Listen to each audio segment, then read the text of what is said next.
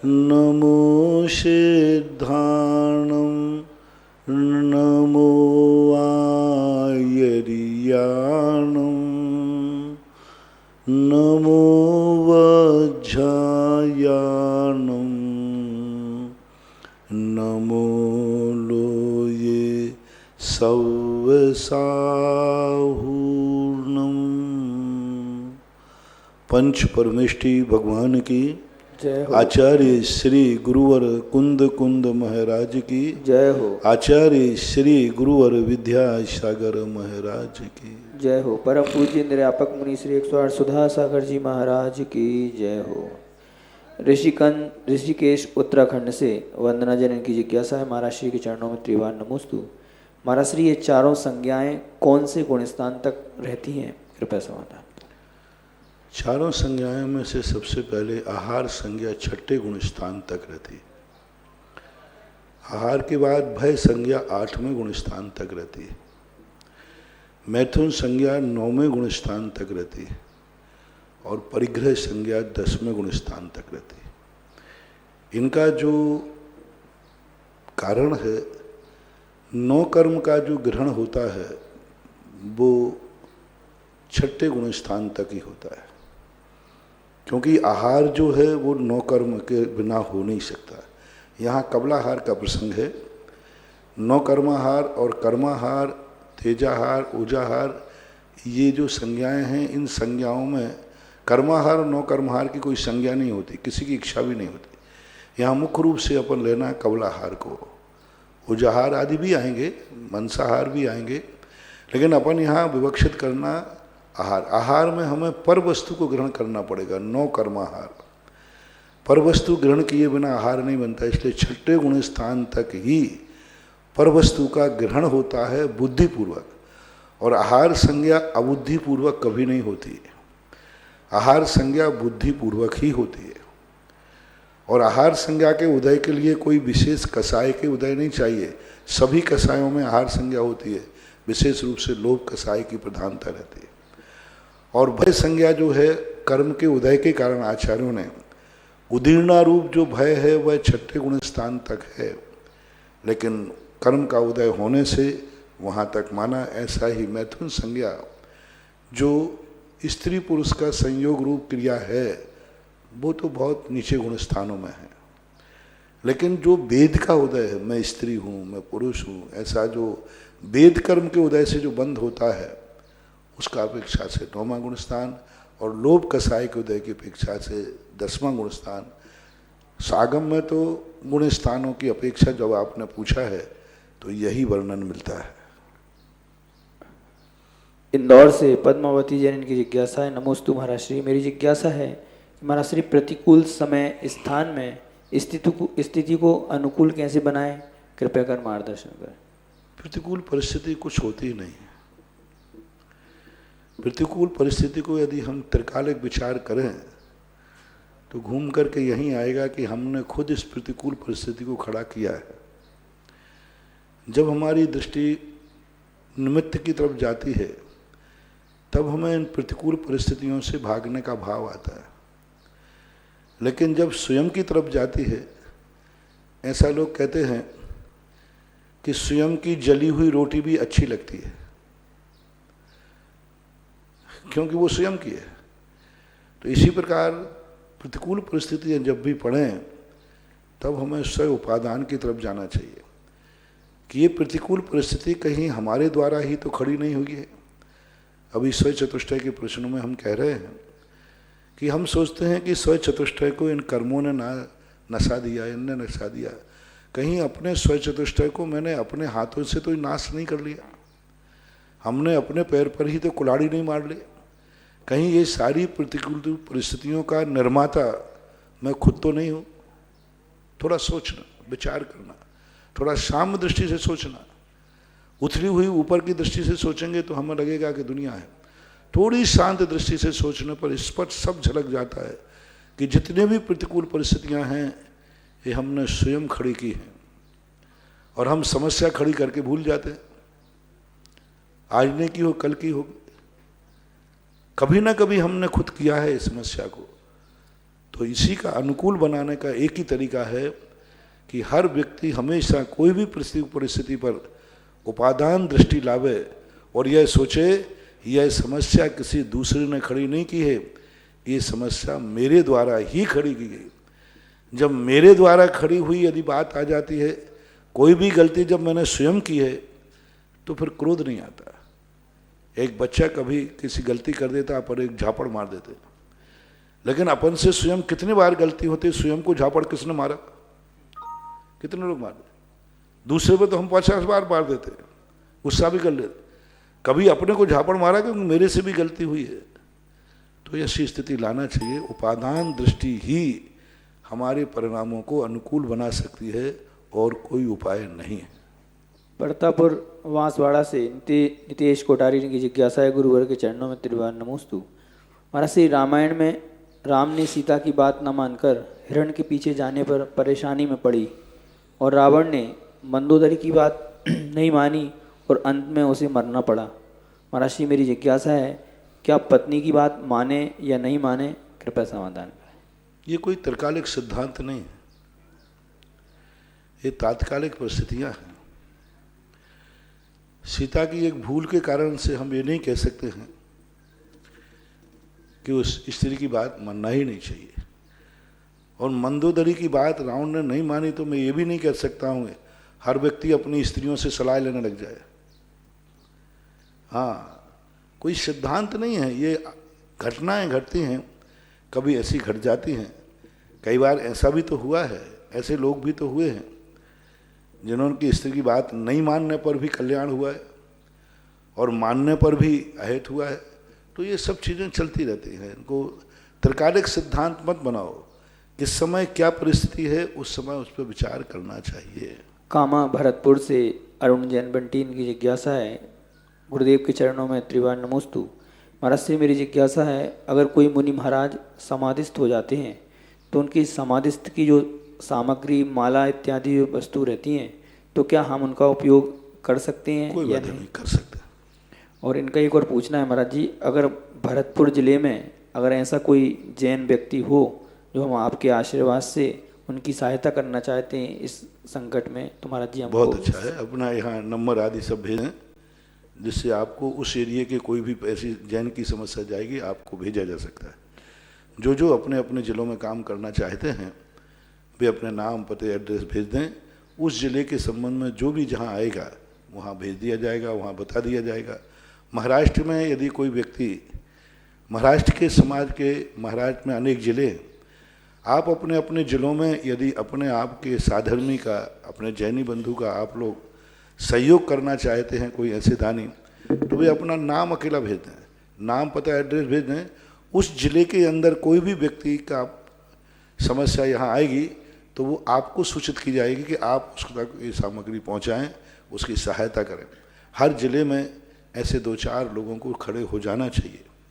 आज इस संकट की घड़ी में डिस्ट्रिक्ट को संभालो, डिस्ट्रिक्ट नहीं संभलता है तो तहसील संभालो, तहसील नहीं संभलता तो अपना गांव संभालो।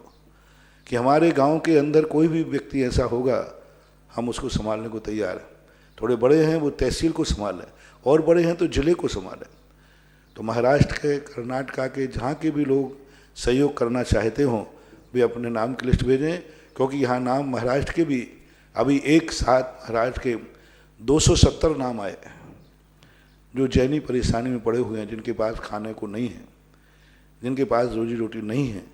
उनका हमने सर्वे कराया है, उनका हमने सर्वे कराया। जो जिलों के महाराष्ट्र के लोग एक टीम बना करके सर्वे कराया कि इनको देखो कि इनकी परिस्थिति क्या है, कहाँ कहाँ है। तो उस सर्वे में भी अपन को कराना चाहिए। हम सर्वे कराते हैं क्योंकि हर ज़िले के, हर गांव के व्यक्ति को अपन सौंप दें तो वो अपने एरिया का सर्वे करके दे देगा, जांच लेगा। तो अब 270 नाम एक साथ आए। अब महाराष्ट्र में जो व्यक्ति कहीं सहयोग करना चाहते हैं वे अपने नाम भेज दें।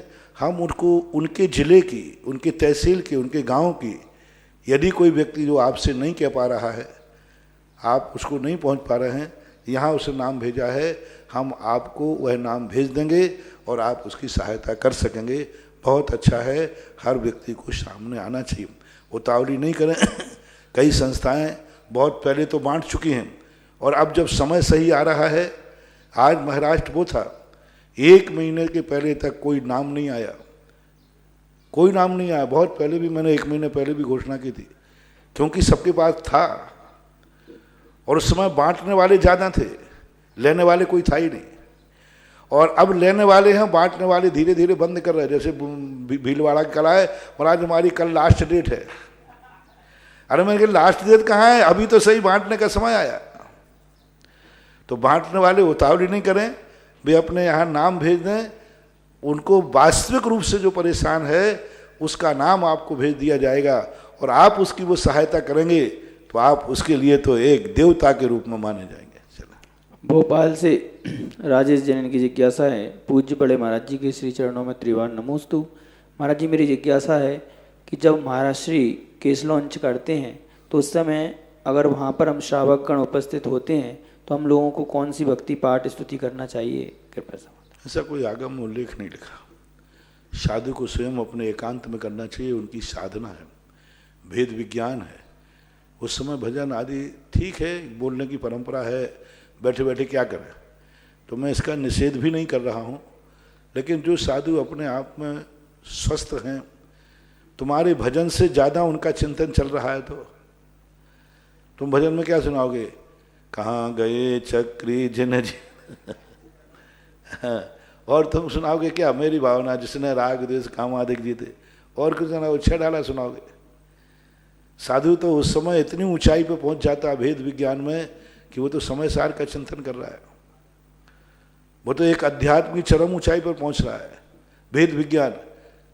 तो जो अच्छे साधु होते हैं, जो शांत अपने खुद चिंतन करने में समर्थ हैं, वहाँ शांत रहना चाहिए, उनको अपने आप में भेद विज्ञान करना चाहिए।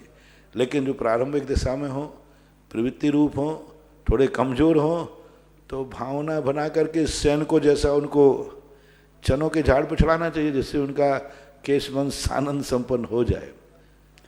सिंगौली से नीलेश जैन की जिज्ञासा है, गुरुवर के चरणों में त्रिवार नमोस्तु। महाराज श्री, मेरी जिज्ञासा है कि आदिनाथ भगवान के मोक्ष कल्याणक में और अजितनाथ भगवान के जन्म कल्याणक के बीच 50 लाख करोड़ सागर का अंतर है, तो क्या इस बीच में आदिनाथ भगवान का ही धर्म चला या धर्म नष्ट हो गया था, कृपया समाधान। पूरा निरंतर धर्म चला। मुनिराज, इसके बीच में लाखों करोड़ों अरबों मुनिराज मोक्ष गए। जो 50 लाख करोड़ सागर वर्ष का अंतराल जो बात कर रहे ना, इसमें अरबों मुनिराज मोक्ष गए। बहुत मुनिराज खूब बिहार रहे, केवल ज्ञान हुआ, रिद्धिधारी महाराज रहे, मंदिर थे, श्रावक थे, सब रहा, विच्छेद को प्राप्त नहीं हुआ। इंदौर से प्रदीप लोहाड़िया, इनकी जिज्ञासा है, गुरुवर के चरणों में नमोस्तु। महाराज जी, मेरी जिज्ञासा है कि प्रथमाभिषेक के समय पांडुक शिला पर कितने जिनबिंब विराजमान करना चाहिए, साथ ही कल बता दिया था मैंने, कल आया था प्रश्न। हाँ, कल बता दिया था, ये डबल प्रश्न आ सकता है। एक ही भगवान होना चाहिए कायदा से। कोटा से कथांश जैन की जिज्ञासा है, महाराज श्री, एक दिन आपके मंच से ऐलान हुआ था कि जब तक प्रधानमंत्री व मुख्यमंत्री कोष में 40 करोड़ तक की राशि आपके आह्वान पर पूरी जैन समाज ने दान दिया, तो ये मैसेज किसी ने व्हाट्सएप डाल दिया, तो कुछ लोगों का कहना है कि इसका क्या सबूत है कि अब 40 करोड़ दान आया है। 40 करोड़ दान आपने प्रवचन में कहा होगा। सारे भारत के सभी प्रकार के, पूरा सुनिए उसको। अभी तक प्रधानमंत्री कोष में, मुख्यमंत्री कोषों में, हर प्रांत के कोषों में और ये व्यक्तिगत सहयोग में, सब तरफ से सारे करोड़, इससे भी ज़्यादा पहुंच चुका है, इससे भी ज़्यादा। तुम तो अभी बहुत पीछे, अभी तो 40 कह रहे हैं, तो 40 का पार कर चुका, बहुत पुरानी, लेकिन 18वीं शताब्दी की प्रसंग उठा रहे हैं। अब तो बहुत आगे पहुंच गया। सारा देखो, अकेला प्रधानमंत्री नहीं, पूरा सुनो, प्रधानमंत्री, मुख्यमंत्री कोष और जो व्यक्तिगत संस्थाएं काम कर रही हैं, सब मिला करके बहुत आगे पहुंच चुके हैं, बहुत आगे पहुंच चुके हैं। उत्तराखंड से अंकुर जैन की जिज्ञासा है, महाराज श्री के चरणों में त्रिवार नमोस्तु। महाराज श्री, दिगंबर जैन परंपरा में भगवान महावीर को बाल ब्रह्मचारी माना गया है, परंतु इतिहास में भगवान महावीर की शादी एवं एक पुत्री का पिता भी बताया गया है, तो ऐसा क्यों एवं ये मतभेद क्यों? ये मतांतर कहलाते हैं। अपने अपने दृष्टिकोण है, अपने अपने मतांतर हैं। श्वेतांबर परंपरा ऐसा मानती है कि महावीर की शादी हुई और उनसे एक पुत्री की उत्पत्ति हुई, लेकिन दिगंबर परंपरा में उनको बाल ब्रह्मचारी ही माना है। अब इस सांप्रदायिक भेदों को हम नहीं कह सकते। राम को कितने लोगों ने कितने तरीके से माना। राम को वैष्णव अलग तरीके से मानते, जैन अलग तरीके से मानते हैं, बौद्ध अलग तरीके से मानते हैं। तो अब ये सब अपने अपने दृष्टिकोण, उनको परंपरा से जो इतिहास मिला वो चल रहा है, इसमें अपन कुछ नहीं कर सकते। दिल्ली से आलोक रानू ने की जिज्ञासा है, महाराज श्री के चरणों में नमोस्तु।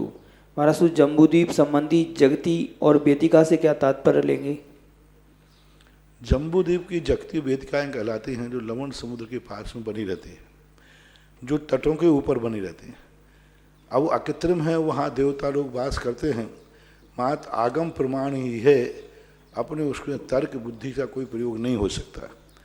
और ना अभी जैसे लवण समुद्र है, इसके किनारे पर जगती आदि वेदिका आदि का उल्लेख मिलता है, लेकिन अभी तक किसी को जितना बड़ा लवण समुद्र भारत को घेरे है, अमेरिका को घेरे है, वहाँ इस प्रकार की स्थितियाँ पाई नहीं गई कि कहीं ऐसी अकृत्रिम रूप से जगती और बनी है, लेकिन उल्लेख तो मिलता है। तो अब इसको प्राग इतिहास मान करके एक श्रद्धा का विषय बना सकते हैं।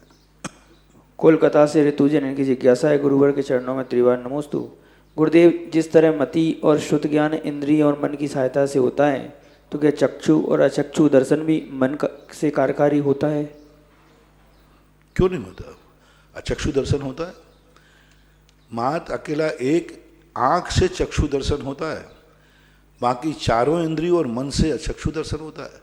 मन से भी जब अपन कोई करेंगे तो अचक्षु दर्शन से ही होगा। मन कभी बिना चक्षु दर्शन के कुछ सोच ही नहीं सकता। तो मन से अचक्षु दर्शन होता है बाकायदा, मन से अवग्रह या वाय धारणा होती है बाकायदा। अवग्रह होगा तो दर्शन हो गई।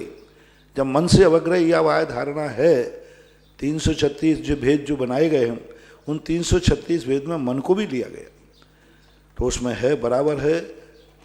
दर्शन भी अचक्षु दर्शन मानना चाहिए, मन का अचक्षु दर्शन होता है। नवी मुंबई से सार्थक जन इनकी जिज्ञासा है, गुरुवर के चरणों में कोटिशा नमस्तु। महाराज जी, आप कहते हो कि नौकरी नहीं करना चाहिए, अपना व्यवसाय करना चाहिए। अगर हम अपना खुद का व्यवसाय करते हैं और व्यवसाय बड़ा होता है, तो हम और कर्मचारियों को भी नौकरी पर रखेंगे।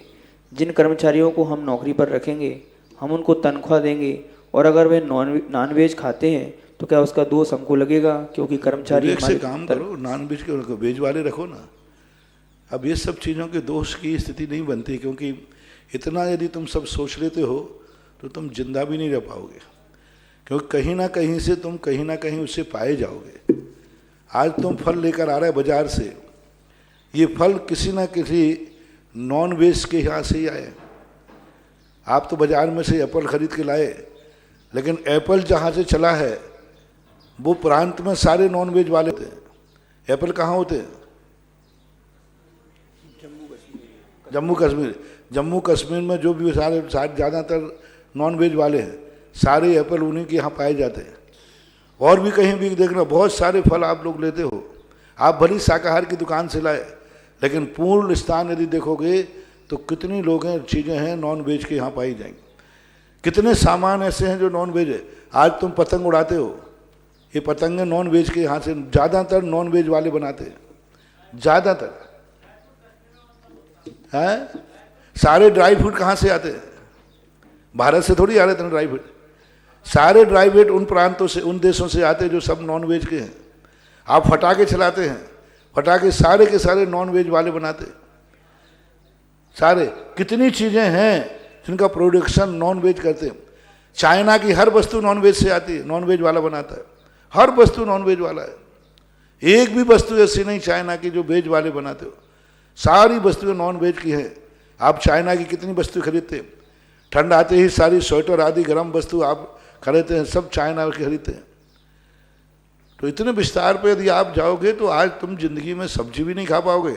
पर उसी नीति पे आ जाओ, अपना खेत, अपना मकान वहीं उपजाओ, एक गाय रखो, बैल रखो, खेत रखो, उसी में उपजाओ, उसी में खाओ, तो वो सही बात बन सकती है। बाकी आज की स्थिति में इतने डीप जितने जाओगे उतने ही खतरे हैं। जितनी लकड़ी को उखाड़ोगे उतनी जमीन में से गंदगी आने वाली है। अब आज जो मैंने कहा, ऐसी कौन सी वस्तु है जो तुम्हारे जीवन में, जिंदगी में जितनी वस्तु उपयोग में आ रही हैं, ये तो तुमने व्यापार की बात कही, मैं तो खाने की बात कर रहा हूँ। तुम अपने परिवार में शंका करने वाले से मेरा पूछना है कि आप अपने परिवार में आज रात भर इसी का डिस्कशन करो कि जितनी वस्तुएं तुम परिवार में उपयोग लेते हो, जो जो वस्तुएं तुम्हारे परिवार में खाई जाती हैं, उनका मूल प्रोडक्शन नॉन वेज वालों के पास है कि वेज वालों के पास है? ये खोज लो आप। आज से ड्राई फ्रूट बंद कर देना घर में, बहुत सारी चीजें हैं। इसलिए चरगवां से जितना प्रत्यक्ष में अपन बच सकते हैं बचना चाहिए। इनडायरेक्ट रूप में आप गृहस्थ लोग नहीं बच पाएंगे। चरगवां से प्रबल जन इनकी जिज्ञासा है, महाराज श्री के चरणों में त्रिवार नमोस्तु। महाराज श्री, नरकों में जो सेमर वृक्ष होते हैं वो क्या एक इंद्रिय जीव होते हैं या देव विक्रिया से बनते हैं? नहीं, वो नारकी ही अपनी विक्रिया बना देते हैं। नरकों के अंदर प्रत्येक वनस्पति नहीं होती है। अशोकनगर से निर्मल जैन इनकी जिज्ञासा है, महाराज श्री के चरणों में नमोस्तु। महाराज श्री, नियमसार ग्रंथ के स्वाध्याय में भगवान महावीर स्वामी के 5 नामों में अतिवीर नाम का उल्लेख नहीं है, उसके स्थान पर महाअतिवीर के नाम का उल्लेख है, तो मुनिश्री ऐसी भिन्नता देखने में क्यों आई? अभी शायद कभी कभी गाथाओं में पाद पूर्ति के लिए शब्द जोड़ दिया जाता है। महाअतिवीर है तो अब है महावीर हैं, वीर हैं, वो महावीर हैं, तो शायद पाद पूर्ति के लिए वो शब्द जोड़ा गया हो, और या जैसा हो, नाम संज्ञा है। छतरपुर से सोहेल जैन रानीपुर इनकी जिज्ञासा है, महाराज श्री चरणों में नमोस्तु। महाराज श्री, ऐसा कहते हैं कि दिन में सोने से ज्ञानावर्णी कर्म का बंद होता है, तो क्या ये सही है? दिन में सोने से ज्ञानावर्णी कर्म का बंद होता है? दर्शनावर्णी का, ज्ञानावर्णी का नहीं, दर्शनावर्णी। और दर्शनावर्णी और ज्ञानावर्णी की प्रत्यय एक ही है। हाँ, ऐसा आता है कि दिन में निद्रा आदि लेना दर्शनावर्णी कर्म के आश्रम में कारण बनता है। मूल ग्रंथों में तो नहीं है, लेकिन उपग्रंथों में है। अहमदाबाद गुजरात से वृत्तिका जैन इनकी जिज्ञासा है, गुरुवर के चरणों में त्रिवार नमोस्तु। महाराज श्री, मेरी जिज्ञासा है कि प्रद्युम्न पुराण में रुक्मणी प्रमद उद्यान में कामदेव की पूजन करने जाती थी, तो गुरुवर क्या तात्पर्य है? क्या वह विवाह से पूर्व मिथ्या दृष्टि थी? वह कामदेव कौन थे? कृपया। अब इस संबंध में बहुत सारी बातें हैं, क्योंकि राजा लोग होते थे और राजधर्मों में किस प्रकार की क्या स्थितियां बनती थीं विचारनीय है। हरिवंश पुराण की ये घटना है जो आपने लिखी है। अब हरिवंश पुराण में बहुत सारी बातें ऐसी हैं जो कि अपने मूल सिद्धांत से बाधित होती है, मूल परंपरा से बाधित होती है। दिगंबर जैन धर्म का जो मूल कंसेप्ट है उससे बहुत सारी बातें बाधित होती है।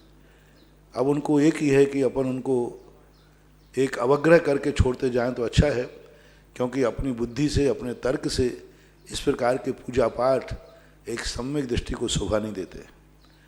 और एक सम्यक दृष्टि के लिए इस प्रकार की परिणति करना अपने दान से, क्योंकि अपने यहाँ एक ही सिद्धांत है, वह सिद्धांत हमें मान्य है जिसमें अहिंसा और वीतरागता खंडित ना हो। बस ये 2 सिद्धांत लेके चलना, चाहे पूजा हो, चाहे पाठ हो, कुछ भी हो।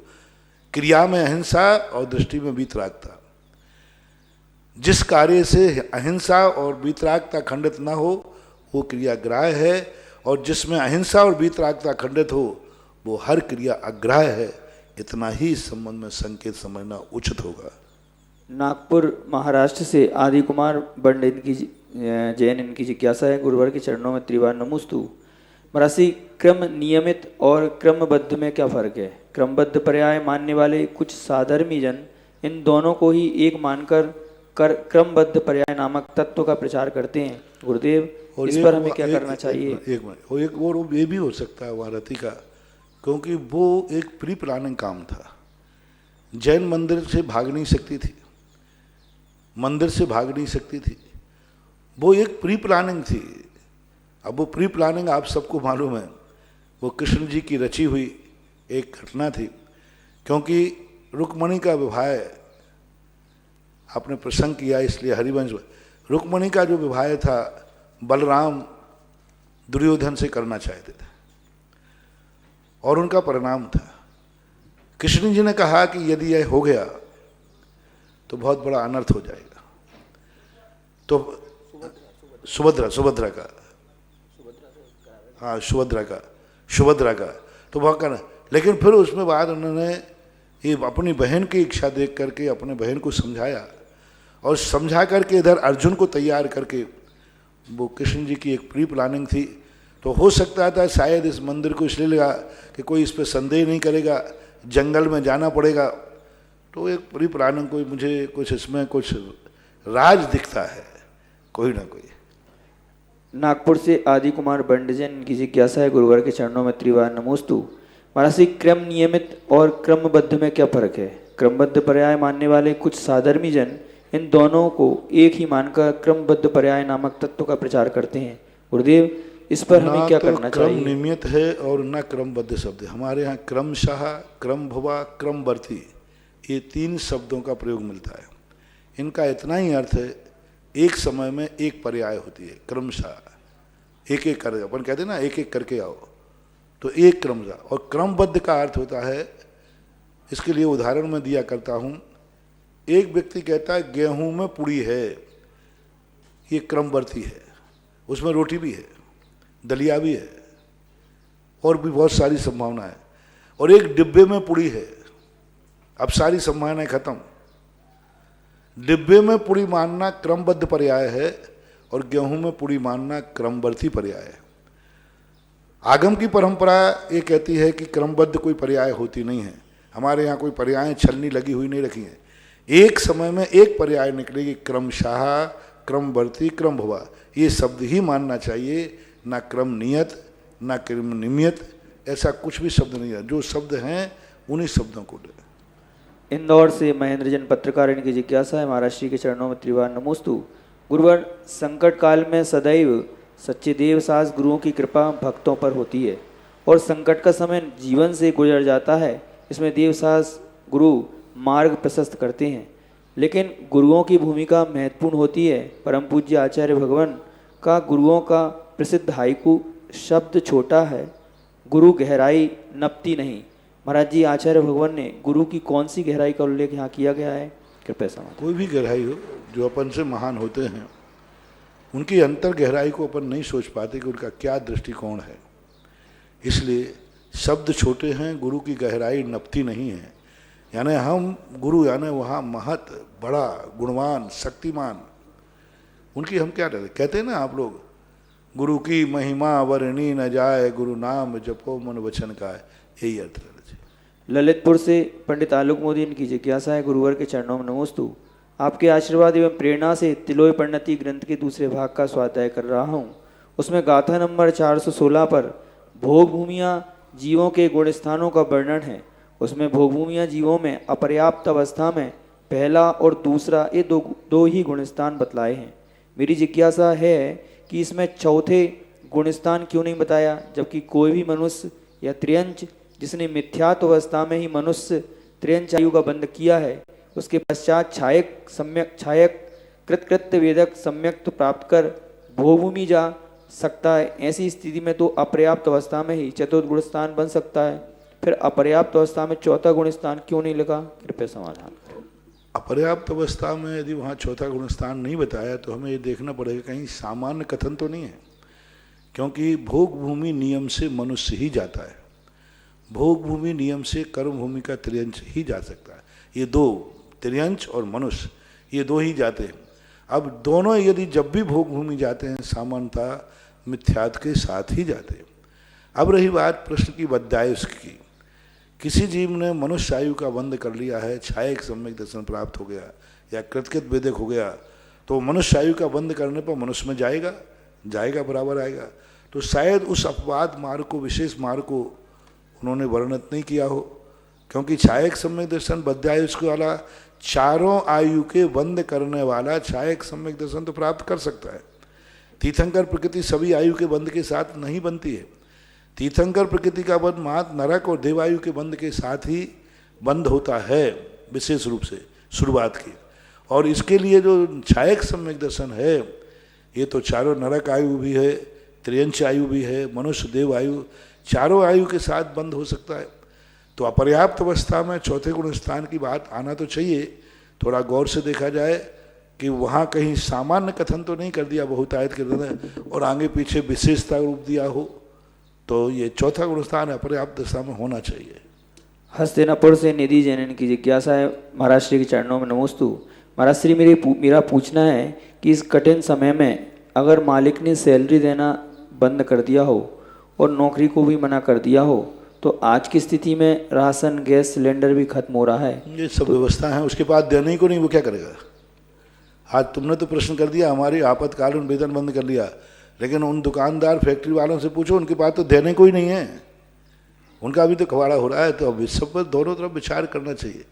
दया इतनी मत करो कि उसके पास देने वाला भी ऐसा हो जाए।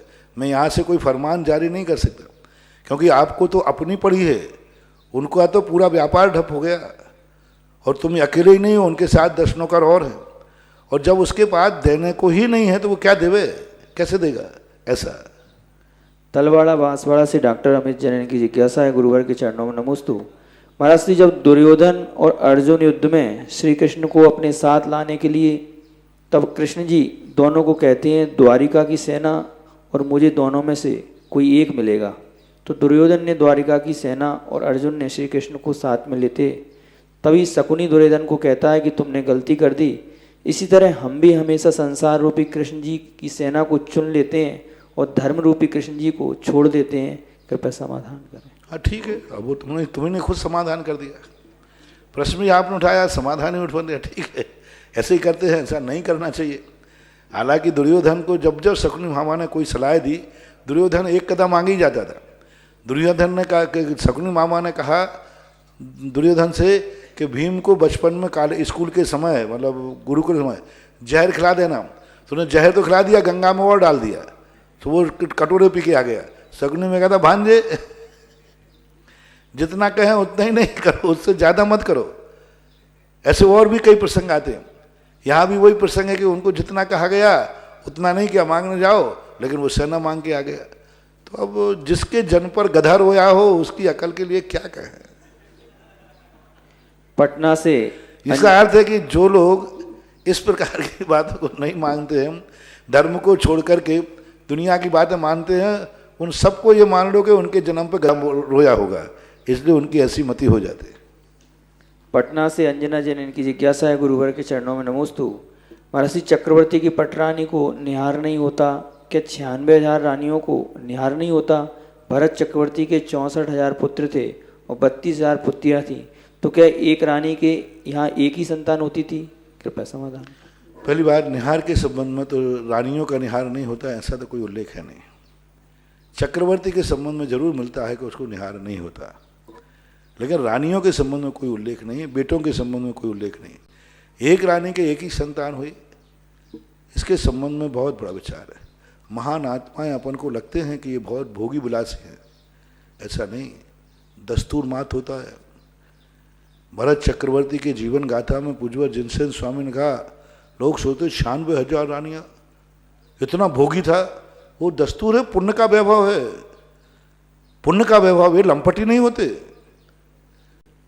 शेर का राजा होता है, अब देखो ऐसा सुनते हैं कि शेर सबसे कम होता है, सबसे कम होता है, और सबसे ज्यादा गरिष्ठ मांस खाता है, और राजा होता है, क्रूर होता है, लेकिन काम वेदना उसकी सबसे कम होती है। और ये कबूतर सबसे ज्यादा कंकड़ खाता है। सारे दुनिया के पशु पक्षियों में सबसे ज्यादा, पशुओं में बकरा और पक्षियों में कबूतर, ये सबसे ज्यादा कामी होते हैं।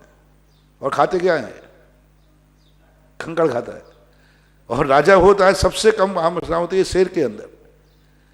तो इसी प्रकार राजाओं के जो होते हैं ये सब भोगी विलासी होते नहीं, ये बड़े वीतरागी होते हैं, नियोग मात्र करते हैं और बड़े बस अपने वैभव के साथ में अपने जीवन व्यतीत करते हैं। ऐसे भोगी लंपटी हो जाएं तो उनको तो कभी मोक्ष होगा ही नहीं, धर्म होगा ही नहीं।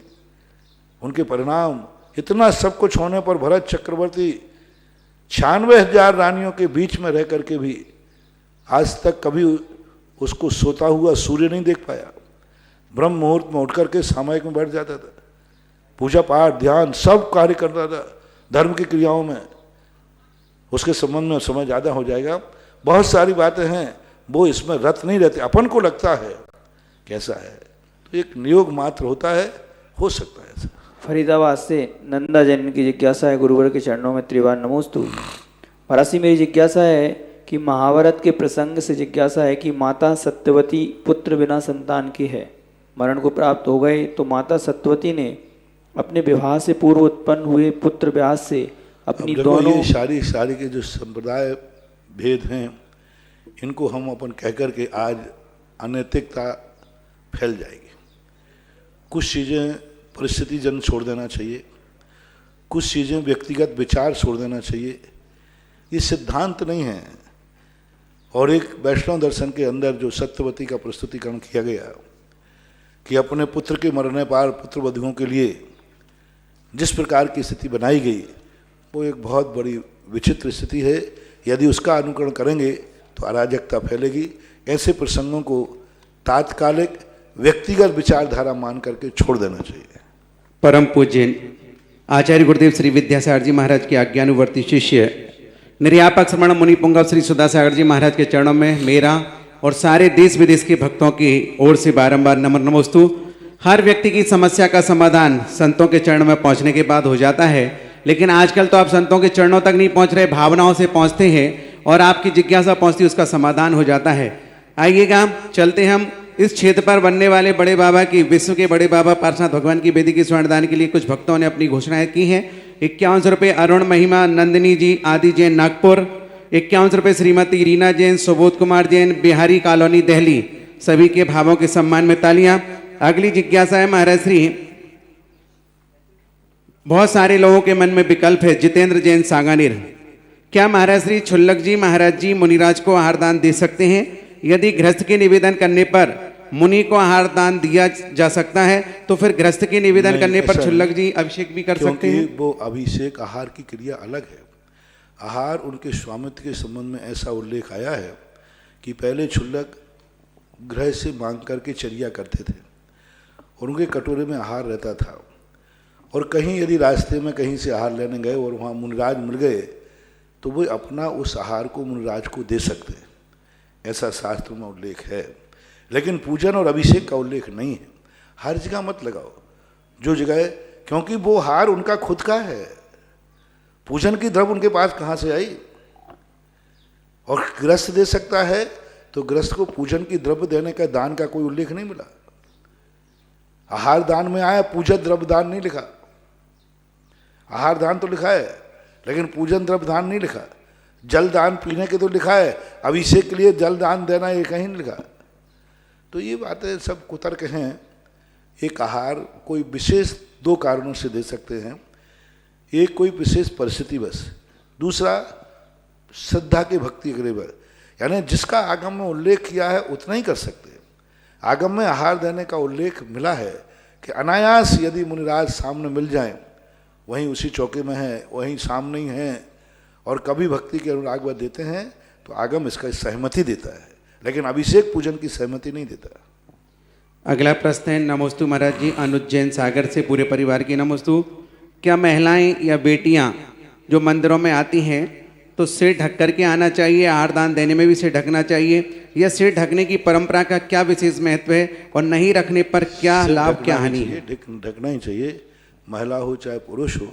कोई भी धार्मिक क्रिया करते समय अपने, क्योंकि ये बाल आदि मल कहलाते हैं, इनको आप गृहस्थ की अपेक्षा से देखा जाए तो इनको ढकना ही चाहिए। अपने पूज्य आराध्य पुरुषों के सामने जाकर के ढकना चाहिए। मर्यादा भी है, शुद्धि भी है और एक प्रकार का सभ्यता भी है। सुनील जैन गांधी जबलपुर मध्य प्रदेश से महाराज श्री के चरणों में नमोस्तु।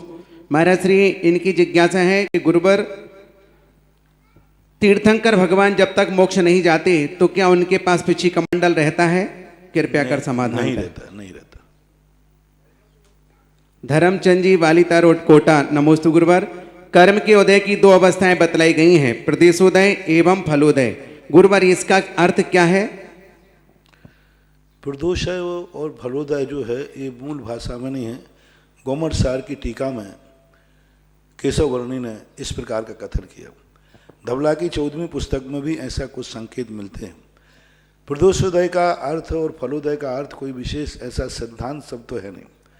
प्रदेशों का उदय यूँ मानो कि जब कर्म का उदय अंदर रहता है तो पर रूप में उदय में आना। तो प्रदेश बांधे तो अपन ने किस रूप में थे? लेकिन वे उदय में आ रहे हैं।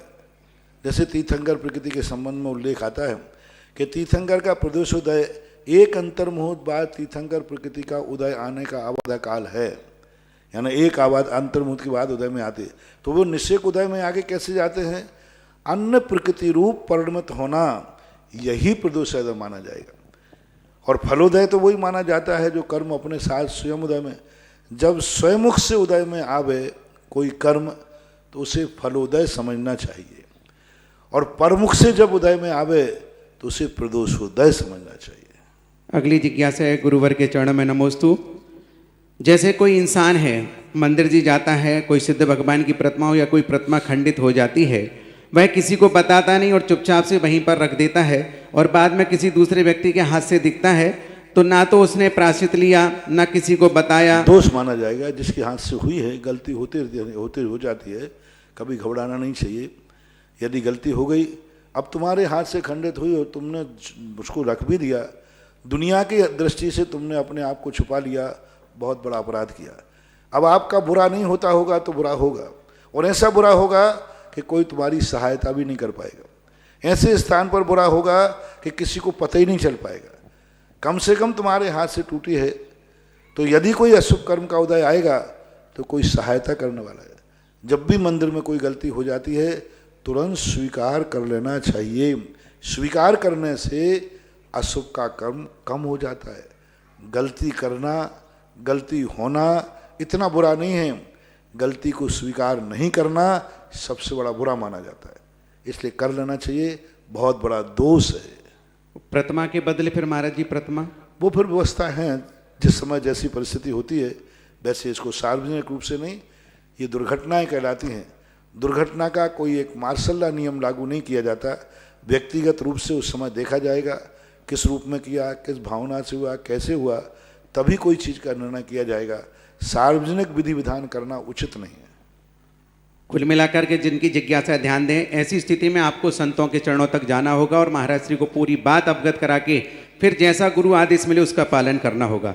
अगली जिज्ञासा है गुना से राकेश जैन। महाराज श्री नमोस्तु। महाराज जी, मेरी शंका है कि जो सांगानेर में भूगर वाली प्रतिमाओं का अभिषेक हुआ था, उनका गंधोदक हमने कपड़े में लेकर के घर आए थे और उस कपड़े को हमने सुखा के रख लिया है, तो जब आवश्यकता पड़े तो हम उस गंधोदक का उपयोग कर सकते हैं? आगम वचन तो ऐसा कुछ है नहीं, लेकिन श्रद्धा के कारण करते हो तो कोई दोष भी नहीं है। दोष है नहीं, क्योंकि अपनी श्रद्धा और भक्ति है, तो ऐसा करने में कोई दोष तो नहीं है। नरेश जी मुंबई, परम पूज्य गुरुवर के चरणों में नमोस्तु, पूरे परिवार का नमोस्तु। विग्रह गति में कितने ज्ञान उपयोग और कितने दर्शन उपयोग रहते हैं, कृपया समाधान करें। विग्रह गति में जो ज्ञान होते हैं, 3 ज्ञान रहते हैं, मति ज्ञान, शुद्ध ज्ञान और अवधि ज्ञान। ये तीनों ज्ञान के अलावा केवल ज्ञान होता नहीं, मनपर्य ज्ञान होता नहीं, ऐसा। और कितने दर्शन उपयोग होते हैं? ज्ञान उपयोग और दर्शन उपयोग, तीनों दर्शन है। चक्षु दर्शन, अचक्षु दर्शन और अवधि दर्शन। केवल दर्शन वहाँ होता नहीं, मना प्रयाण के पहले दर्शन होता नहीं। 3 दर्शन है और 3 ही ज्ञान है। कुज्ञान की अपेक्षा ले लो तो कुमति, कुश्रुत और कुअवधि भी हो सकता है। प्रसन्न बिलाला उज्जैन से, परम पूज्य महाराज श्री के चरणों में बारंबार नमोस्तु। मेरा प्रश्न है कि हमारे उज्जैन में इलेक्ट्रिक सप्ताह गृह है और लगभग सारे जैन अंतिम संस्कार उसी में करते हैं। उसके पीछे तर्क दे दिया जाता है कि कंडों में असंख्यात जीव होते हैं, किंतु वो ही लोग सारा जीवन उन्हीं कंडों पर दाल बाफले बना के खाते हैं। प्रश्न है कि क्या इलेक्ट्रिक सप्ताह गृह में अंतिम संस्कार उचित है? अब इस संबंध में कुछ नहीं कहूँगा। समय समय पर परिवर्तन होता आया है। द्रव्य छेद काल की मर्यादा, मैंने कहा ना, पहले साधुओं के शरीरों को जंगल में सला पर रख दिया जाता था, जानवर खाते थे। आज साधुओं को दाह संस्कार किया जाता है। तो ये समय की मांगे हैं, इन पर ज़्यादा डिस्कशन ना करके समय जिस प्रकार की आवाज़ लगाता है उस आवाज़ के अनुसार अपने आप को ढाल लेना चाहिए। अपनी गाड़ी को सड़क, आपकी गाड़ी के अनुसार सड़क नहीं मुड़ेगी, सड़क के अनुसार आपको गाड़ी को मोड़ना पड़ेगा। लेकिन हाँ, एक मर्यादा तक, एक सीमा तक। अब डेड बॉडी के संबंध में हमारे आचार्यों ने कुछ कहा ही नहीं। जैसे बने जैसे ठिकाने लगाओ, ठिकाने लगाने वाली बात है, कोई धर्म तो है नहीं। इसलिए जहाँ जैसी, आज यदि हम इलेक्ट्रिक का निषेध कर दें तो बड़े बड़े शहरों में क्या हाल होगा। आज लकड़ी कंडा कहाँ से लाएंगे? हो ही नहीं सकता। आज लकड़ी नहीं है, कंडे नहीं है, और लेके कहाँ तक जाओगे तुम? 100 किलोमीटर तक रास्ते में कोई भी बड़े बड़े शहर हैं। तो परिस्थितियाँ समझो, कुछ परिस्थितियों को समझ करके और स्वयं समाधान कर लेना चाहिए। साधु उचित अनुचित वही बात कह सकता है जो आगम सम्मत हो। जिन चीज़ों में आगम में स्पष्ट लिखा रहता है उनमें मैं बोल सकता हूँ, ये संबंधी व्यवहारिक हैं। महाराज श्री, इससे एक फायदा तो हुआ है वैसे जनता को, जो मिथ्यात्व में उलझे थे उनका सारा काम ही खत्म हो गया। हाँ, संदीप गोदा मकराने से नमोस्तु गुरुवर। विगत दिनों स्वर विज्ञान संबंधी आपका उपदेश वायरल हुआ था।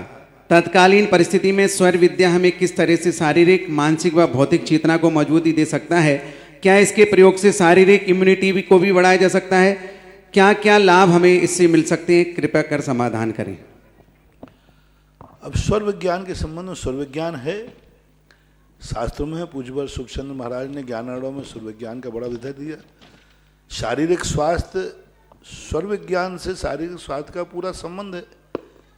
यहाँ तक कहा है कि शुक्ल पक्ष की एगम दोष तीज को यदि प्रातःकाल उठते ही चंद्र स्वर चलता है, चौथ 5 छठ को सूर्य स्वर चलता है, प्रातः तो चंदा चले, चले रात में सूर्य, तो निश्चय कर जानियो प्राण गमन है दूर। यानी कितना बड़ा संकेत दिया। यदि प्रातःकाल उठ के चंद्र स्वर चलता है और अस्त में शाम को सूर्य स्वर चलता है, तो नियम से जानना चाहिए बहुत है। इसलिए सोते समय सदा बाएं करवट से सोना चाहिए। बाएं करवट से सोने से दायां स्वर चलेगा, तो सोते समय दायां स्वर चलेगा तो ये स्वस्थता की निशानी है, बहुत अच्छा रहेगा। और जब तुम उठो तो उठते समय जो है बायां स्वर चलना चाहिए, दाएं स्वर से उठना चाहिए। यानी उठने के पहले आपको करवट बदल करके दाएं करवट हो जाना है, लेकिन जब आप प्रारंभ में सोते हैं तो बाएं करवट से सोना चाहिए, जिससे दायां खुला रहता है। क्योंकि सोते समय एनर्जी चाहिए, ताकत चाहिए, तो सूर्य स्वर कहलाता है ये। तो इस संबंध में उल्लेख बहुत बड़ा विस्तार है इसका। सूर्योदय एक बहुत बड़ा विज्ञान है, बहुत बड़ी साइंस है, जो अपने जीवन को उसी पर आधारित होते हैं। अगली जिज्ञासा ऑनलाइन रिकॉर्डिंग। ललितपुर से मेरे गुरुवर को त्रिवा नमोस्तु। श्रीचंद अनौरा वालों का नमोस्तु। हे गुरुवर, मेरी जिज्ञासा है कि जब मुनिराज आहारचर्या को निकलते हैं तो विधि का क्या क्रम है? और विधि लेने के बाद श्रावक के घर जब जाते हैं, पहुंचते हैं, तो वह कितनी बार तक जा सकते हैं? 2 बार, 4 बार, 10 बार, कितनी बार तक जा सकते हैं? दूसरी बात, पहले की बात, जब दरवाजे पर चौक पड़ता है तो इसका क्या प्रभाव पड़ता है? इसका भी आप विधिवत समाधान करें। चौक का बोलो। पहली बात तो है, व्रत परिसंख्यान जो है एक तप है। तप जो है ये मुनिराज की इच्छा के ऊपर आधारित होते हैं, और ये एक विधि के संबंध में आप पूछने के अधिकारी नहीं हैं। गुरु महाराज भी विधि नहीं पूछ सकते, गुरु भी नहीं पूछ सकते तुम आहार को जा रहे हो तो कौन सी विधि लेके जा रहे हो या नहीं जा रहे हो। गुरु इतना कह सकते हैं कि जो तुमने विधि ली हो, मान लो 2-3 दिन तक विधि नहीं मिल रही है, तो गुरु ये आदेश ये नहीं कहेंगे तुमने कौन सी विधि ली है। ये कह देंगे जो विधि ली है मेरा आदेश है उसको बदलो, उसको बदलो, छोड़ दो, दूसरी विधि लो। और कोई विधि स्वयं की तरफ से भी दे सकते, लेकिन विधि बता नहीं सकते। ये साधु की इच्छा के ऊपर है। कभी ले ले विधि, सामान्य विधि भी ले लेते हैं, विशेष विधि भी ले लेते हैं, अनेक अनेक प्रकार की विधियां, उसका कोई भी नहीं है। कितने प्रकार की विधियां हैं, कुछ नहीं, सब साधु की इच्छा के ऊपर आधारित। बस इतना विवेक से साधु लेवे कि वो अहिंसक हो, हिंसक ना हो। दूसरी बात है, कितने बार साधु उठ सकता है? 1 बार ओनली। 1 बार अंजलि लेने के बाद बिजली के समान कहा है, जैसे बिजली कौनती है, बस 1 सेकंड को वहां रुके और आगे बढ़ जाए। बस चलते हुए देखे और लौटते समय भी यदि कहूँ चौके मिल जाते हैं तो उनको दोबारा भी देख सकता है। पर 1 बार अंजलि छोड़ने के बाद दिगंबर मुनि द्वारा आहार को नहीं उठ सकता, ऐसा मानना चाहिए। अगली चौक का जो है, एक चौक सगुन है आपके लिए, क्योंकि जो चौक आप पूरते हैं एक मांगलिक है। गुरु महाराज हमारे घर आ रहे हैं तो हम सगुन है, हमारे लिए फल जाए, इष्ट सिद्धि हो जाए। क्योंकि महाराज आहार को आ रहे हैं तो आपके लिए भी तो कुछ इच्छाएं हैं, तो जितना अपन उनका मांगलिक करेंगे, सगुन करेंगे, वह हमारे लिए इष्टदायी होते हैं। आपके यहाँ शादी ब्याह होता है, उस समय आप घर के सामने मांगलिक करते हैं, बंधन वारा बांधते हैं, कलश रखते हैं, ये सब सगुन कहलाते हैं आपकी सिद्धि के लिए। अगली जिज्ञासा। परम पूज्य निर्यापक श्रमण के चरणों में पार्श्वोदय क्षेत्र में स्थित सभी बहनों का कोटिशः नमन। मुनिश्री, एक व्रती श्राविका की जिज्ञासा है कि हमने 12 व्रत तो ले लिए हैं, पर 12 व्रतों में जो सामयिक शिक्षा व्रत आया है, उस सामयिक शिक्षा व्रत को हम बाहर से तो 48 मिनट की सामयिक करते हैं, लेकिन अंतरंग में उस सामयिक शिक्षा व्रत कैसे घटित हो और अंतरंग की परिणति कैसे होना चाहिए, उसके बारे में आप सविस्तार जानकारी दें, ताकि हम उस व्रती बहन को या वो व्रती श्राविका अच्छे से सामयिक कर सके। सामयिक के अनेक रूप देखने में आते हैं, क्योंकि ये व्रत है। मिथ्या दृष्टि अभव भी सामयिक व्रत ले लेता है। तो सामयिक का अर्थ होता है कि एक निश्चित समय के लिए अपने सब सावध्यों को त्याग करना, प्रवृत्ति का त्याग करना, बस यही मात्र सामयिक है। सामान्य रूप से हम कोई मन से, वचन से, काय से कोई सावध नहीं करेंगे। हिंसा नहीं, झूठ नहीं, चोरी नहीं, कुशील नहीं, परिग्रह नहीं, सावध से निवृत्ति। और सावध की निवृत्ति जब ही संभव है जब वो मन वचन काय की प्रवृत्ति को रोकेगा। हाथ पैर शरीर को नहीं हिलाना, मौन रहना, मन में कोई बुरे विचार नहीं लाना, किसी के सावध हिंसा, झूठ, चोरी, पंच पाप संबंधी भाव नहीं लाना। मैन सामायिक जो मूल सामायिक है व्रतों में, क्योंकि ये व्रतों है, अभव भी धारण कर सकता है 2 प्रतिमा, अभव भी क्षुल्लक बन सकता है, अभव भी मुनि बन सकता है, और वो 28 मूल गुणों के अंतर्गत आती है। तो अभव भी 28 मूल गुण धारण करता है। बस वो इतना ही करता है कि मन से कोई सावध की बात नहीं सोचेगा, पंच पापों की बात नहीं सोचेगा, वचन से पंच पापों की नहीं बोलेगा, काय से पंच पाप नहीं करेगा। बस सामायिक इतनी ही है।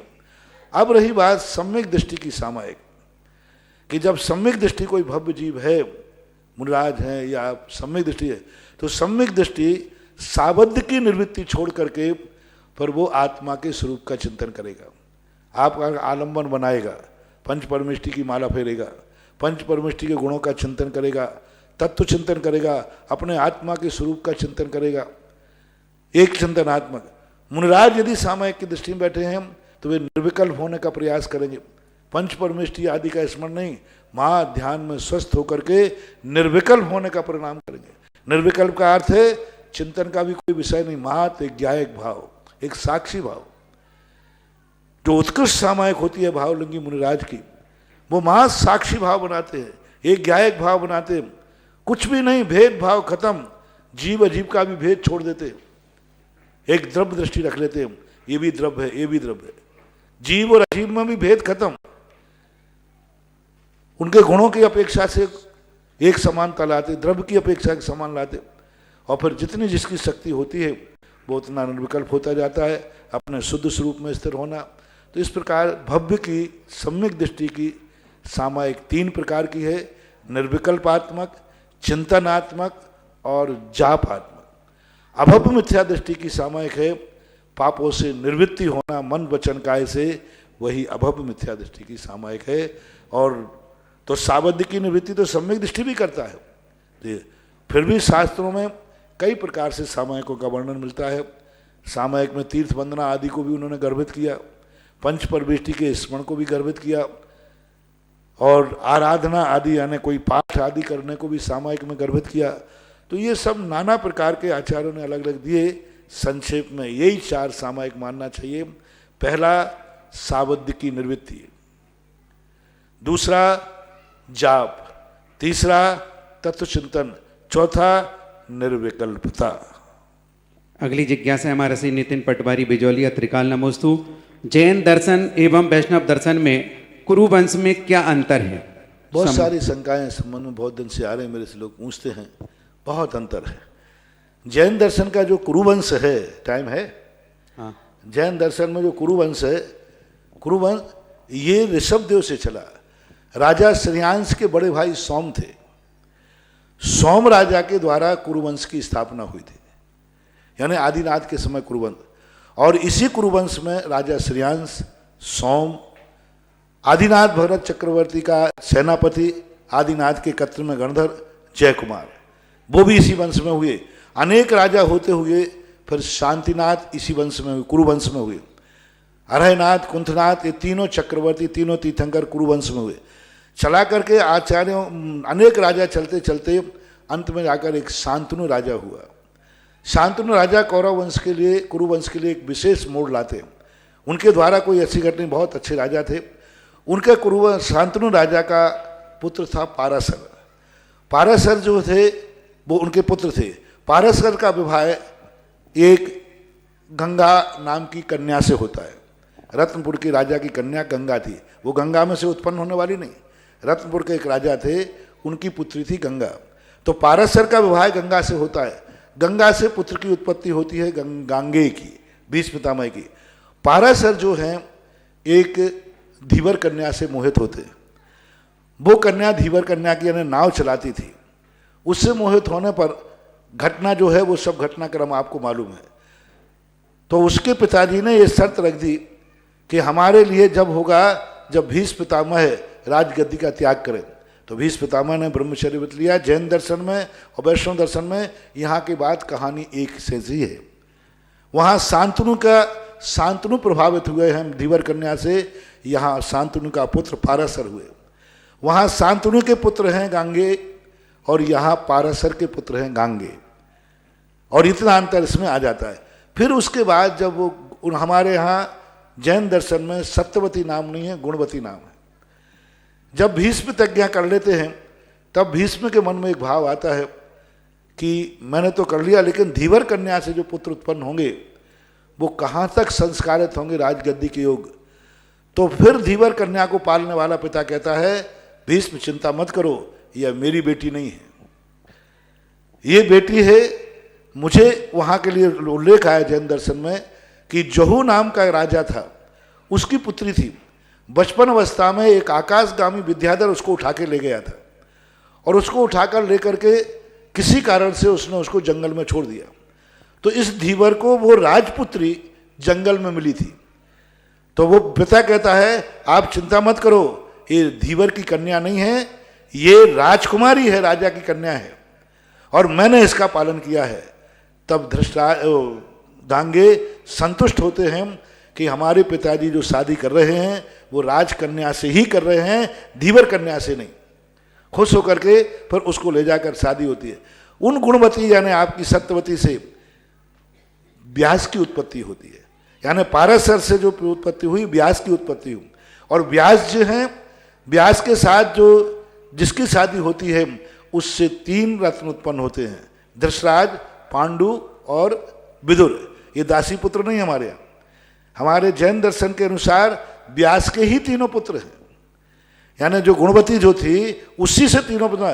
बीच में जो वैष्णव दर्शन में चित्रांग और विचित्र वीर्य आए हैं वो वैष्णव दर्शन के अनुसार हैं। उनके मर जाने पर उनके यहाँ थोड़ा सा अंतर है, वो भी थोड़ा सा संक्षेप में बता दूंगा मैं। तो इस प्रकार से करके ये वंश चला।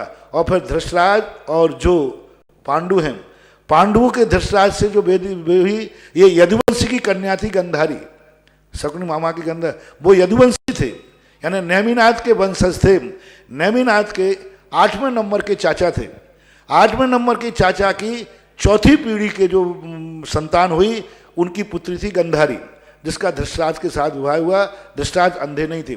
पांडु जो थे इनकी जो शादी हुई जो नेमिनाथ भगवान के पिताश्री थे उन पिता की बहन थी कुंती और माद्री। तो नेमिनाथ की क्या कहलाई? बुआ। हमने सुबह मौसी बोल दिया था, बुआ कहलाना। यानी भाई की जो बहन होती है वो क्या बुआ कहलाती ना, हाँ। माँ की बहन मौसी। तो नेमिनाथ भगवान और कृष्ण के पिताजी जो थे उनकी बहनें थी माद्री और कुंती। इन दोनों की शादी पांडु के साथ होती है। इसलिए नेमिनाथ और कृष्ण दोनों कुंती को बुआ बोलते हैं, क्योंकि वो पिताजी की बहन थी। और नेमिनाथ की सगी बुआ थी, बिल्कुल सगी बुआ, यानी नेमिनाथ के पिताजी की छोटी बहन थी कुंती और माद्री। इनसे जो आगे 5 पांडवों की उत्पत्ति हुई, ये इतिहास जैन दर्शन का है।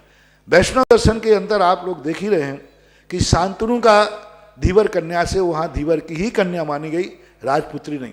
और धीवर कन्या से जो 2 पुत्रों की उत्पत्ति हुई, उनमें से विचित्र और चित्र, ऐसे कोई 2 नाम थे, नाम में कोई अंतर हो सकता है।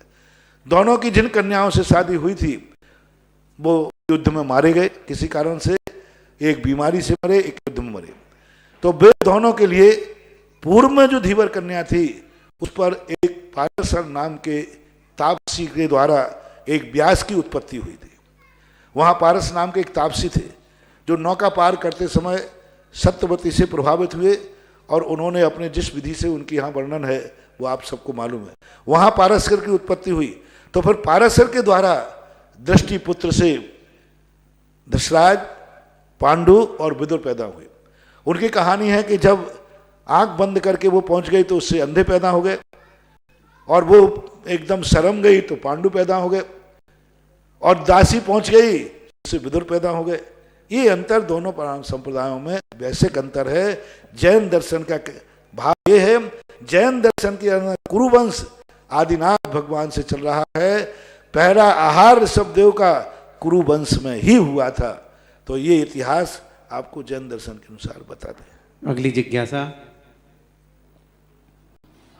महाराज श्री जी नमोस्तु। आज आपने भक्तामर जी का तीसरा की 2 लाइन आपने पढ़ाई, और हमने आज तक यही नहीं समझ पाए थे कि भगवान कैसे होते हैं। पर आपने जो भगवान की आज महिमा बताई कि एक छोटा सा बालक चंद्रमा को ऊपर, चंद्रमा पानी में चंद्रमा को देख के और भगवान की भक्ति वो करता है, वैसे ही हम भी भगवान की भक्ति ऊपर बैठे भगवान को हम नीचे बुला लेते हैं। तो महाराज जी आज तक हमने भगवान को, इसका मतलब हमने भगवान के दर्शन किए ही नहीं है, आज तक हमने भगवान की भक्ति ही नहीं करी है। आज आपने ऐसी ऐसी बातें बताई कि हमको आज समझ में आया कि सच्चे भगवान की भक्ति हमको कैसे करनी चाहिए। तो महाराज जी आप ऐसे हमारे लिए भगवान उठ के आए हैं कि हमारे सभी जितने भी सुनने वालों के लिए आप कल्याण कर रहे हैं हमारा।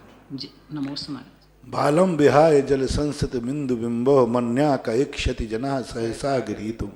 बहुत बड़ा दर्शन है इस उदाहरण में, इतना बड़ा दर्शन दे दिया। यानी भगवान वो मानतुंग आचार्य बालक बन गए, बोले मैं बालक ही हूँ, क्योंकि मूर्ति का दर्शन करने वाला बालक ही है। जैसे बालक को जब चंद्रमा को कोई पाना चाहता है तो उसको माँ कहती वो नहीं पा सकते, सब ना करते, लेकिन थाली में जैसे ही चंद्रमा दिखता है तो वो बच्चा थाली के चंद्रमा को सही का चंद्रमा मानता है कि नकली? सही का। सही का। उसको आनंद की अनुभूति होती। वो कहता सब झूठ बोलते थे, चंदा मामा दूर के पूरी पका कहते सब झूठ बोलते, चंद्रमा नहीं आएगा नहीं आया, देखो मेरी माँ ने ला दिया ना। अब वो जो चंद्रमा उसने देखा उसको साक्षात अनुभूति हुई, साक्षात चंद्रमा आ गया और उससे खेलता है साक्षात चंद्रमा मान करके। ऐसा ही मूर्ति पूजन करने वालों का बहुत बड़ा समर्थन किया कि भगवान आप कहाँ हैं मुझे पता नहीं, आप सिद्धालय में हैं। हम तो जब मूर्ति के सामने खड़े होते हैं तो हमें तो यही लगता है कि ये साक्षात भगवान यही है। जय हो। तो वहाँ ये बात कही गई, मूर्ति के सामने खड़े होकर बालक के समान तुम्हें वही भगवान दिखना चाहिए जो साक्षात थे। अंतर मत करो, जैन दर्शन में मूर्ति पूजा नहीं है, मूर्तिमान की पूजा है। बालक के समान, बालक नकली छाया को नहीं पूजता, बालक इसकी अनुभूति में नहीं आता कि मैं नकली छाया को पूज रहा हूं, उसके तो अनुभव में आता मैं साक्षात चंद्रमा को देख रहा हूं। ऐसा ही सही भक्त जो होता है वो ये नहीं देखता कि मैं पारसनाथ की मूर्ति के दर्शन कर रहा हूं, मैं तो पारसनाथ के दर्शन कर रहा हूं। जिस दिन तुम्हारी मूर्ति गायब हो जाए और पारसनाथ का दर्शन हो जाए, उसकी बात पूज्यवर मातुंगाचार्य महाराज ने कही, जो भक्तांबर के प्रसंग में अभी शायद भक्तांबर चल रहा है 3 से 4 जिनवाणी पे 3 से 4 भक्तांबर। सब लोग लॉकडाउन में घरों में हैं, किताब लेकर पढ़ो, बहुत अच्छी अच्छी बातें। भक्तांबर पाठ करना ही हमारा लक्ष्य नहीं होना चाहिए। पाठ करते समय अब जैसा कि अभी प्रश्नकर्ता ने बात कही, भाव पक्ष पकड़ो, ऐसे बाल लंबे आए मतलब पड़ेगा। अरे उसका प्रवचन सुनो, देखो कितना भाव उसमें भरा हुआ है। वो तो समय की सीमा में है, नहीं तो एक एक श्लोक के ऊपर 8-8 दिन तक भी प्रवचन हो तो भी पूरा अर्थ हम नहीं बता सकते, नहीं बता, इतना गहन है। जो सब लोग घरों में बैठे हैं किताब को लेकर के, और वो भक्तांबर का जो स्वाध्याय चल रहा है प्रतिदिन वो सुने 3 से 4। बंधु, ये मौका मिला है 3 से 4 बजे जिनवाणी चैनल का पूरा लाभ लें, क्योंकि जीवन में अनमोल क्षण दोबारा मिले ना मिले पता नहीं, क्योंकि आजकल कोरोना से वैसे ही भयभीत है, कब चला जाए पता नहीं। अगली जिज्ञासा पुनः रिकॉर्ड। निर्यापक श्रवण पूज्य गुरुदेव के श्री चरणों में श्री दिगंबर जैन श्रवण संस्कृति संस्थान सांगानेर की तरफ से बारंबार नमोस्तु। महाराज जी, आपके चरणों में निवेदन है कि श्री दिगंबर जैन श्रवण संस्कृति संस्थान के द्वारा प्रतिवर्ष ग्रीष्मकाल में शिक्षण शिविर के साथ साथ संस्थान में प्रवेश के लिए 11वीं कक्षा में कनिष्ठ उपाध्याय में जो विद्यार्थी प्रवेश पाना चाहते हैं उनके लिए प्रवेश चयन शिविर लगाए जाते हैं। लॉकडाउन की वजह से वह प्रवेश चयन शिविर अब नहीं लग पाएंगे। इस निमित्त संस्थान के द्वारा ऑनलाइन प्रवेश की प्रक्रिया प्रारंभ की जा रही है। महाराज जी, उस प्रक्रिया में संस्थान के द्वारा एक लिंक शेयर की जाएगी। जो भी विद्यार्थी प्रवेश प्राप्त करना चाहते हैं वे उस लिंक के माध्यम से अपना फॉर्म भर के भेज सकते हैं। फिर उसके पश्चात जून में या जुलाई में जैसी स्थिति बनेगी उन्हें 2-3 दिन का समय देकर के और साक्षात्कार के लिए संस्थान में आमंत्रित किया जाएगा। उसके माध्यम से फिर संस्थान में उनको प्रवेश दिया जाएगा। ऐसे ही बालिका छात्रावास में जो 11वीं कक्षा में बहनें प्रवेश प्राप्त करना चाहती है उनके लिए भी यही प्रोसेस रखी है। महाराज जी, इस विषय में आपका आशीर्वाद चाहिए। नमोस्तु महाराज जी।